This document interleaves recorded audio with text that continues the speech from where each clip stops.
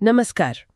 Loan लेने का ख्याल आता है तो थोड़ी घबराहट होती है ना? हाँ बिल्कुल, जरूरतें तो हैं, घर, गाड़ी, पढ़ाई, शायद कोई बिजनेस भी। पर वो कर्ज के जाल वाला डर, वो भी तो साथ ही आता है। सही कहा। तो आज हम कुछ मिले हुए लेखों और नोट्स के आधार पर बात करेंगे। कोशिश ये है कि लोन लेने से पहले जो जरूरी बातें ध्यान में रखनी चाहिए, उन पर गहराई से बात करें।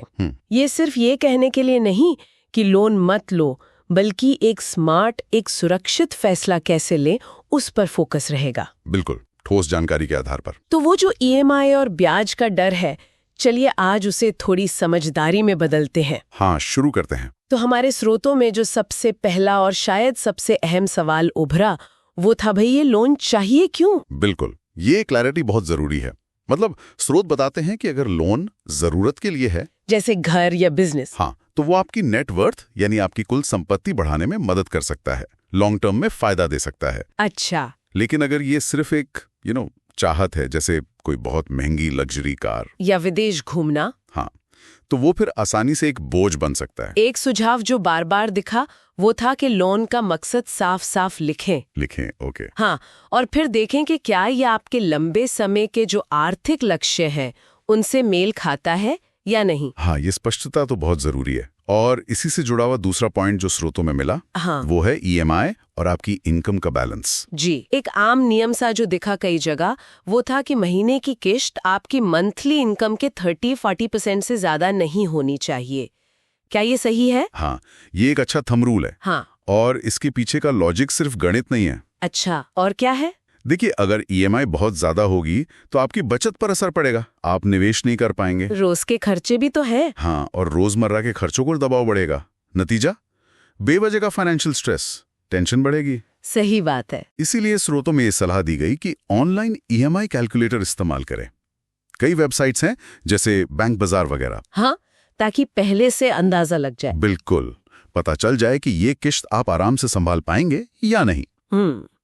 अच्छा, अब आते हैं उस पॉइंट पे जहां चीजें थोड़ी और पेचीदा हो जाती हैं, ब्याज दर और लोन की अवधि। हाँ, ये बड़ा दिलचस्प है। स्रोतों में इस पर काफी जोर था कि ये दोनों मिलकर लोन की असली कीमत तय करते हैं। कम ब्याज दर और छोटी अवधि, क्या ये हमेशा बेहतर है? ज्यादातर मामलों में हाँ। देखिए, एक उदाहरण जो स्रोतों में था वो आंखें खोलने वाला है। बताइए। मान लीजिए 20 लाख का होम लोन है, 8% ब्याज पर।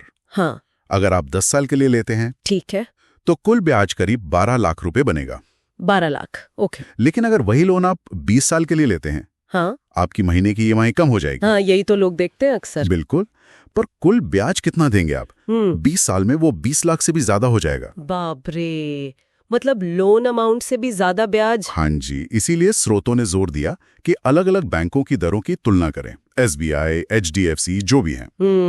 तुलना जरूरी है। हाँ, और प्रीपेमेंट के विकल्प जरूर देखें। मतलब अगर पैसा आए तो क्या आप लोन समय से पहले चुका सकते हैं, कोई पेनल्टी तो नहीं। और यही लोग शायद गलती कर जाते हैं, बिना तुलना किए पहला ऑफर ले लिया। बिल्कुल, ये एक बहुत आम गलती है, इस पर ध्यान देना चाहिए। ठीक है, चौथा अहम पॉइंट जिस पर हमारे स्रोत काफी फोकस करते दिखे, वो है क्रेडिट स्कोर, सिबिल स्कोर या एक्सपीरियंस स्कोर। हाँ, ये बहुत महत्वपूर्ण है। ये आपके क्रेडिट हिस्ट्री का, आपके लेन देन के इतिहास का आईना है, समझिए। तो अच्छा स्कोर क्यों जरूरी है? सीधा सा फंडा है।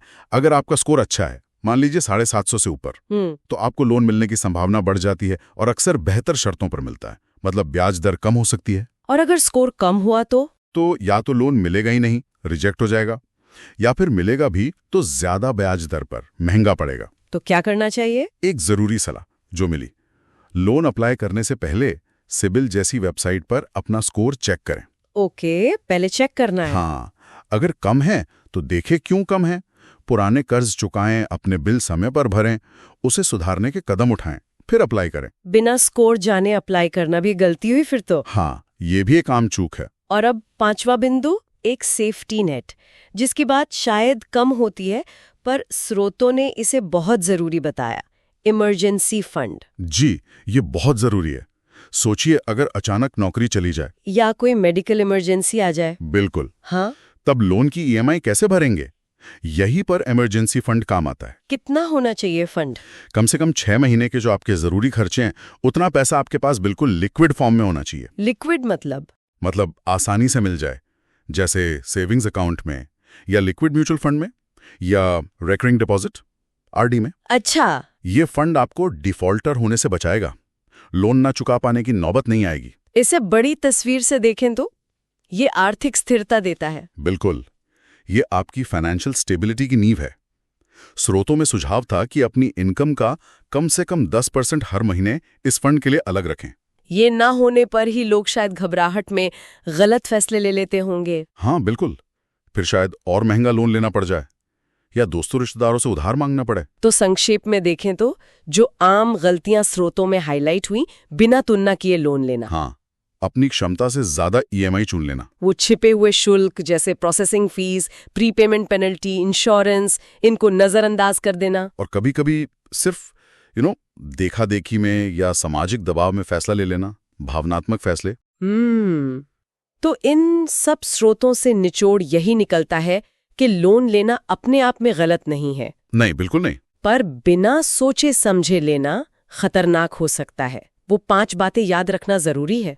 हाँ, मकसद साफ हो, ईएमआई संभाली जा सके, ब्याज और अवधि की पूरी समझ हो, क्रेडिट स्कोर अच्छा हो और इमरजेंसी फंड तैयार हो। ये हो तो लोन एक साधन बन सकता है। बिल्कुल, स्मार्ट लोन फैसले आपकी मेहनत की कमाई को सुरक्षित रखते हैं और सपनों को हकीकत बनाने में मदद करते हैं। तो अगली बार जब लोन का विचार आए तो एक पल रुकिए, गहरी सांस लीजिए और इन स्रोतों से निकली बातों को याद कीजिए।